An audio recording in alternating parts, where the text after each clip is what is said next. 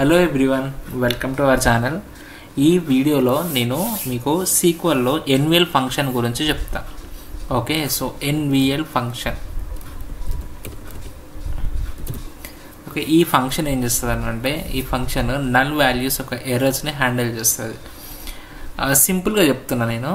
Okay, null value ఇట్లా అర్థం చేసుకోండి, నల్ వాల్యూకి వచ్చే ఎర్రర్స్ని హ్యాండిల్ చేస్తుంది, అంతే. ఇట్లా అర్థం చేసుకోండి.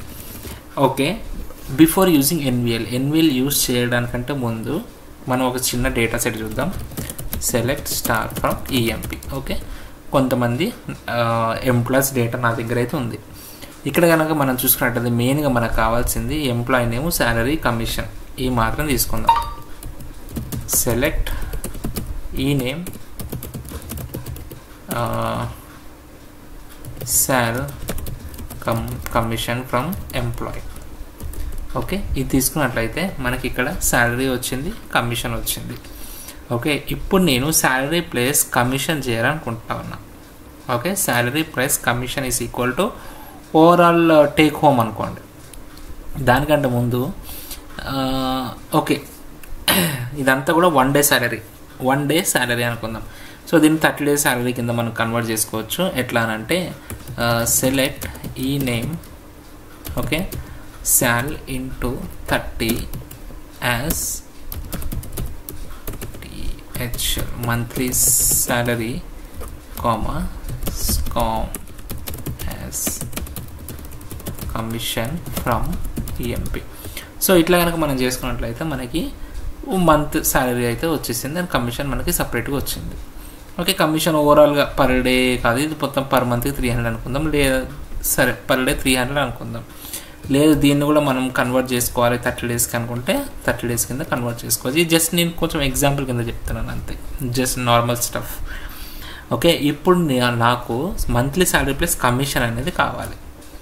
ఓకే, సో దాన్ని ఎట్లా చేస్తామనంటే ఇక్కడ చూడండి, కేర్ఫుల్గా అబ్జర్వ్ చేయండి, ఇక్కడ కింద అబ్జర్వ్ చేయండి.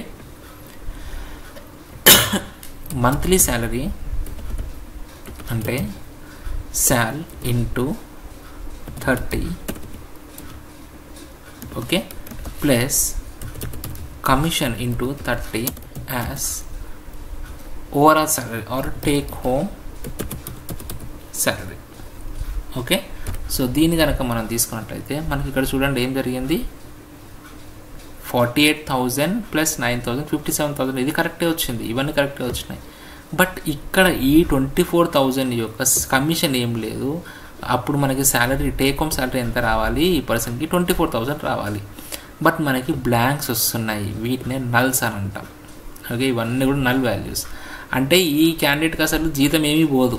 ఈ లెక్కన కనుక మనం చూసుకున్నట్లయితే స్మిత్ యాక్చువల్గా శాలరీ 24,000, బట్ కమిషన్ లేదు కాబట్టి తన శాలరీ 0. ఓకే, సో ఇట్లా సీక్వెల్కి ఇలా అర్థమవుతుంది. ఓకే, బట్ ఐడియల్గా మనకు కావాల్సింది ఏంటి, స్మిత్ శాలరీ 24,000 ప్లస్ కమిషన్ వచ్చేసి 0 ఈక్వల్ టు 24,000 టేక్ హోమ్ రావాలి. సో ఇట్లాంటప్పుడు ఎన్విఎల్ ఫంక్షన్ అనేది వస్తుంది. సో మనం ఏదైతే టైప్ చేసినామో దానికి మనం ఏం చేస్తామని అంటే శాలరీ ఇది ఓకే, బట్ కమిషన్ దగ్గర మనము ఆ నల్ వాల్యూని 0 కింద ప్లేస్ చేయాలి, అంటే రీప్లేస్ చేయాలి. ఫర్ ఎగ్జాంపుల్ ఏదైనా నల్ ఉందనుకోండి, దాన్ని 0 అని చెప్పి చూపించాలి. ఓకే, దీనికంటే ముందు నేనేం చేస్తానంటే ఓకే, సో దీనికంటే ముందు నేను జస్ట్ కమిషన్ చూపిస్తాను. Okay, select commission from salary from EMP. Okay, ఇప్పుడు కనుక మనం కమిషన్ చూసుకుంటే చూడండి నల్ వాల్యూస్ ఉన్నాయి. సో వీటిని మనం 0 కింద కన్వర్ట్ చేయాలంటే ఎన్విఎల్ ఆఫ్ కమిషన్ కామా 0.